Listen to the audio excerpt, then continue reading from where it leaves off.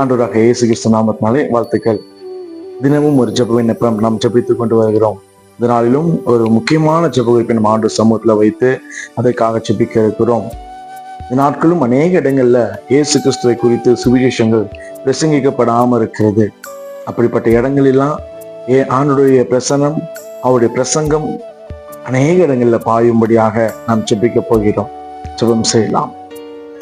எங்களை அதிகமாக நேசிக்கிற நல்ல தகப்பனே, நம்ம துதிக்கிறோம், ஸ்தோத்திரிக்கிறோம். இந்த நாளுக்காக, இந்த வேலைக்காக நன்றி அப்பா. அருமையான இந்த நாளிலும் ஒரு சமூகத்தில் எங்களை அர்ப்பணித்து ஒப்புக்கொடுத்து ஜெபிக்கிறோம் ஆண்டவரே. அப்பா, அந்த வேலையிலும் விசேஷமாக அப்பா ஒரு சமூகத்தில் ஒரு விண்ணப்பத்தை வைத்து நாங்கள் ஜெபிக்க இருக்கிறோம். இந்த நாளிலும் அறுவடை மிகுதி ஆட்களோ கொஞ்சம் என்று சொன்ன அந்த வார்த்தையின்படியே இன்னும் அநேக இடங்கள் இல்ல உங்களுடைய சுவிசேஷத்தை, உங்களுடைய நற்செய்தியை பிரசங்கிக்கப்படாமல் இருக்கிறது அப்பா. அங்கெல்லாம் தேவன் நீர் உங்களுடைய பிள்ளைகளை அனுப்பி, ஊழியக்காரர்களை எழுப்பி, உங்களுடைய வார்த்தைகளை பிரசங்கிக்கும்படியாகவும், சுவிசேஷத்தை பிரசங்கிக்கும்படியாகவும் நீ கிருபை செய்வீராக.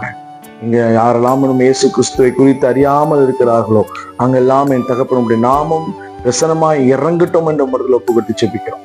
தேவன் அங்க ஒரு ரட்சிப்பையும், ஒரு மனம் திரும்புதலையும், ஒரு பாவ மன்னிப்பையும், ஒரு ஞானஸ்தானத்தையும் என் தேவன் நாங்கள் ஏற்படுத்துவீராக. அப்பா, உங்களோட கரத்துல ஒப்புக்கொடுத்து ஜெபிக்கிறோம்.